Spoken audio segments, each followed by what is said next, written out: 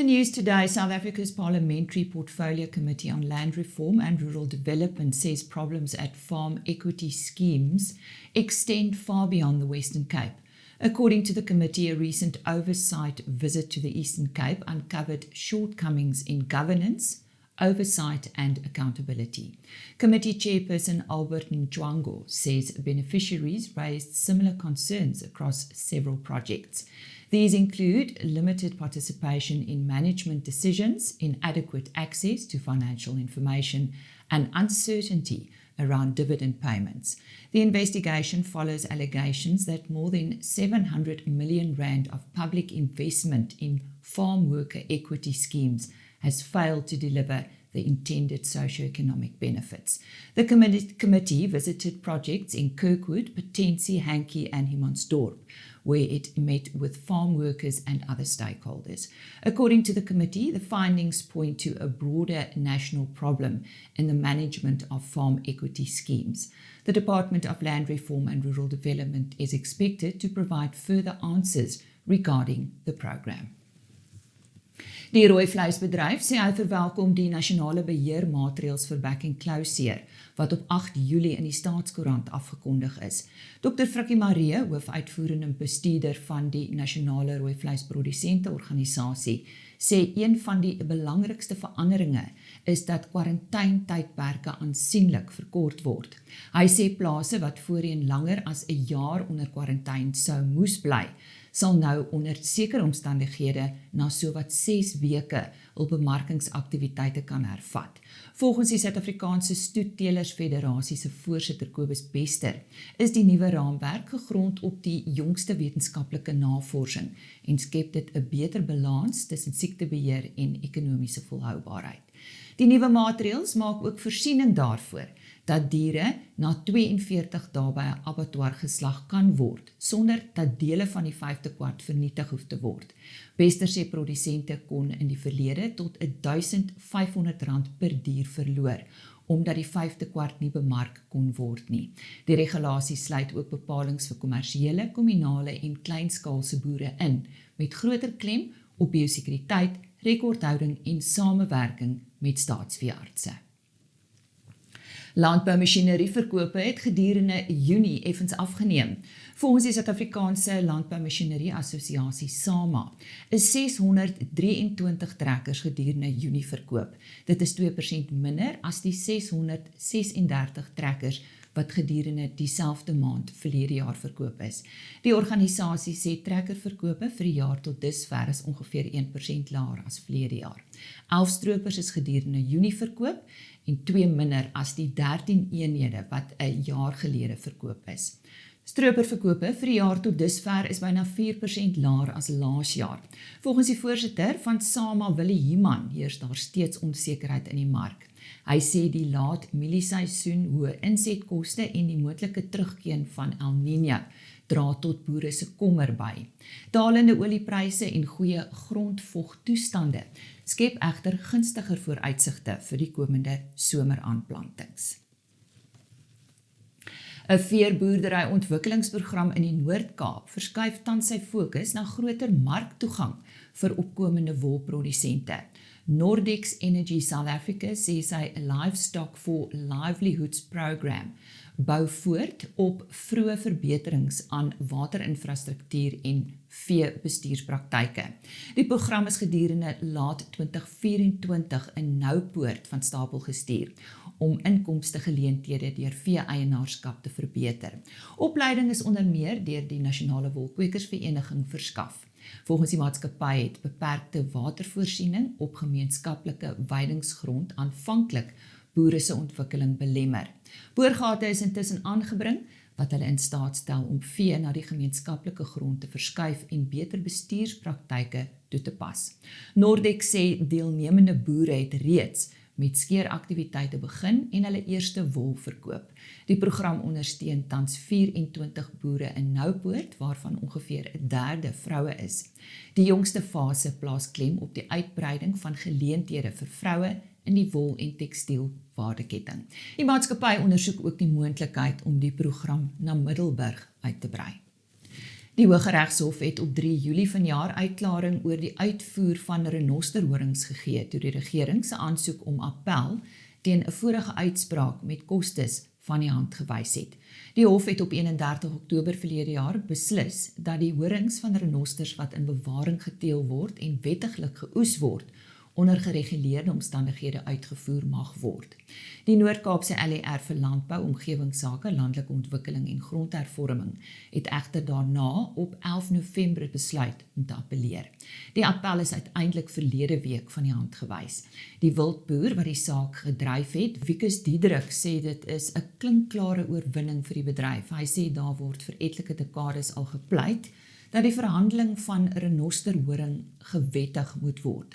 Rolspelers meen die regering se voortgesette weiering om handel toe te laat skep 'n kunsmatige monopolie wat internasionale misdaadsyndikaate bevoordeel en die stroop van renosters aanmoedig. Diedriks glo dat 'n goed gereguleerde mark 'n volhoubare alternatief vir die swartmarkstropery bied. Hy doen ook 'n beroep op die nuwe minister van Bosbou, Visserye en Omgewing, David Meinier, om beheer oor hierdie hulpbron weg te neem van georganiseerde misdaad en dit terug te plaas in die hande van die mense wat eintlik die spesies beskerm. Grain SA says farmers should not be blamed for high food prices in South Africa. The organisation made this statement following the South African Human Rights Commission's inquiry into the country's food system. Grain SA Chief Executive Officer Dr. Tobias Deur says food security is not only about affordable food, but also about job creation and people's ability to buy food. He also defended Grain SA's support for protecting local wheat producers. Deur says South African farmers compete against international producers who often receive government subsidies. He says factors such as transport, packaging and energy costs make up a significant portion of the final price of bread. The Human Rights Commission's inquiry is examining issues including food production, food prices, access to food and the role of the private sector in the food system. An international survey of more than 10,000 farmers across 158 countries shows that many producers are facing growing financial and climate-related pressures. According to the agricultural platform WikiFarmer, more than half of the participants believe they are not receiving fair prices for their products. The survey also found that 45% of farmers earned less income than a year ago, while almost half described their financial situation as poor. Climate-related losses and pest damage remain major concern. 83% of respondents reported production losses this year as a result of weather conditions or pests. The survey further found that farmers in most countries are generally dissatisfied with the level of government support they receive. Farmers who sell directly to consumers through online platforms reported fewer income losses than other respondents. Cape Town will be hosting the Royal Agricultural Society of the Commonwealth's Agricultural Conference for the first time this year. The conference will be organised by Agri Expo and will take place from the 1st to the 5th of November. The programme will focus on issues such as food security, sustainability, climate resilience and international trade. Agri Expo General Manager Brayton Milford says agriculture operates in an interconnected world where decisions made in one country can affect producers and consumers elsewhere. A number of South African and international speakers will address the conference, including Western Cape Agricultural Minister Dr. Ivan Meyer and Grain SA Chief Executive Officer Dr. Tobias Deur. A pre-conference study tour through agricultural regions of the Western Cape will also form part of the program. The 5th Karoo Winter Wool Festival, held in Middelburg in the Eastern Cape, recently brought together wool producers, industry leaders, researchers, entrepreneurs, artists, and community members. The festival has become an institution on the agricultural calendar, celebrating the South African wool industry and its importance to the Karoo. The program featured industry discussions, competitions, exhibitions, markets, and social events, highlighting both the heritage and future of wool production. The festival opened with a gala evening honoring excellence in wool production and innovation. Talita Potgieter claimed first place in the Wool Innovation Competition with a handcrafted garment made of merino wool sourced from Fonteinskloof Trust. The winner in the OVK Best Single Bale Wool Competition was the D.L. Conroy Testamentary Trust. A series of boerepraatjies sessions presented by the National Wool Growers Association tackled topics ranging from media influence to agricultural leadership and artificial intelligence. Festival goers also enjoyed presentations on practical sheep handling, communal livestock development, the global significance of the Karoo's fossil heritage, and the role of women in business and rural communities. Visitors enjoyed a variety of stands showcasing wool products, local food, handcrafted goods, agricultural services, and Karoo enterprises. And that is today's news.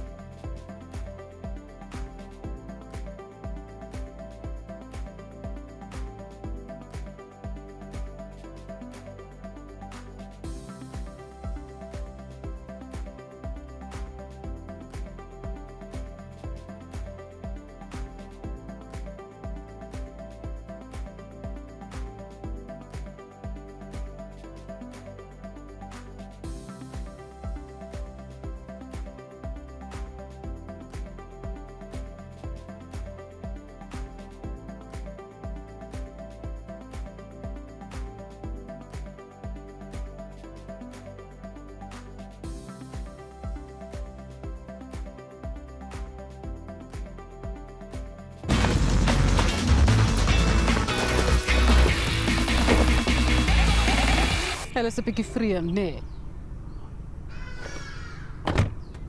Die nuwe Corolla Cross GR Sport, propvol lewenslus.